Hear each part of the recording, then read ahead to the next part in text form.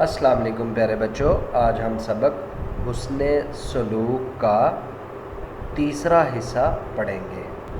پیارے بچوں، آپ کی اسلامیات کی کتاب کے صفحہ نمبر 31 پر اگر آپ دیکھیں تو یہاں پر ہے پڑوسیوں کے حقوق۔ ہمسائے یا پڑوسی وہ لوگ ہوتے ہیں جو ایک دوسرے کے قریب رہتے ہوں، جیسے ہمارے گھر کے دائیں طرف، بائیں طرف، سامنے یا پیچھے جو ہمارے گھر کے قریب جو لوگ رہتے ہیں وہ پڑوسی کہلاتے ہیں یا ہمسائے کہلاتے ہیں۔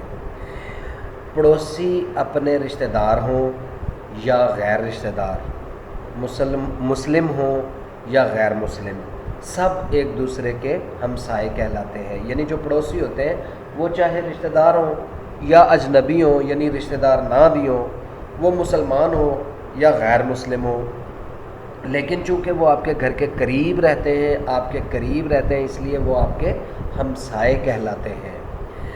پیارے بچوں، ہمارے مذہب اسلام میں ہمسایوں کے حقوق پر بہت زور دیا گیا ہے، یعنی اسلام ہمیں پڑوسیوں کے حقوق ادا کرنے کی تاکید کرتا ہے۔ اس بات پر زور دیا گیا ہے کہ ہم اپنے پڑوسیوں یا ہمسایوں کے حقوق کا خیال رکھیں اور ان کی ادائیگی میں کسی قسم کی کوتاہی نہ برتیں، یعنی ہمیں اپنے ہمسایوں کے حقوق کا خیال رکھنا چاہیے اور یہ ضروری ہے۔ اسلام ہمیں اس بات کا حکم دیتا ہے۔ حضور پاک صلی اللہ علیہ وآلہ وسلم کا ایک فرمان ہے کہ وہ شخص ایماندار نہیں ہو سکتا جس کا ہمسایہ رات کو بھوکا سویا ہو اور اس نے خود پیٹ بھر کر کھایا ہو۔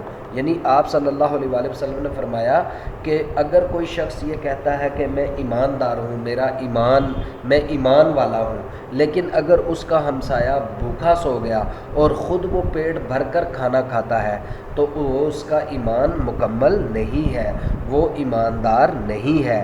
اس لیے ہمیں اپنے ہمسایوں کا، ارد گرد جو رہنے والے ہمارے قریبی لوگ ہیں، ان کا خیال رکھنا چاہیے، ان کا علم رکھنا چاہیے کہ آیا کہیں ایسا تو نہیں کہ ہمارا کوئی ہمسایہ بھوکا سویا ہو اور ہم خود جو ہے وہ پیٹ بھر کر کھانا کھا رہے ہوں۔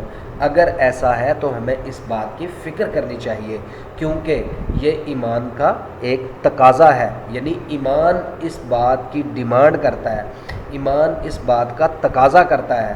ایماندار انسان جو ہے وہ اس بات کا خیال رکھتا ہے کہ اس کا ہمسایہ کہیں بھوکا تو نہیں، کسی تکلیف میں تو نہیں، کسی مشکل میں تو نہیں، اس کو کسی مدد کی ضرورت تو نہیں ہے، کسی چیز کی ضرورت تو نہیں ہے۔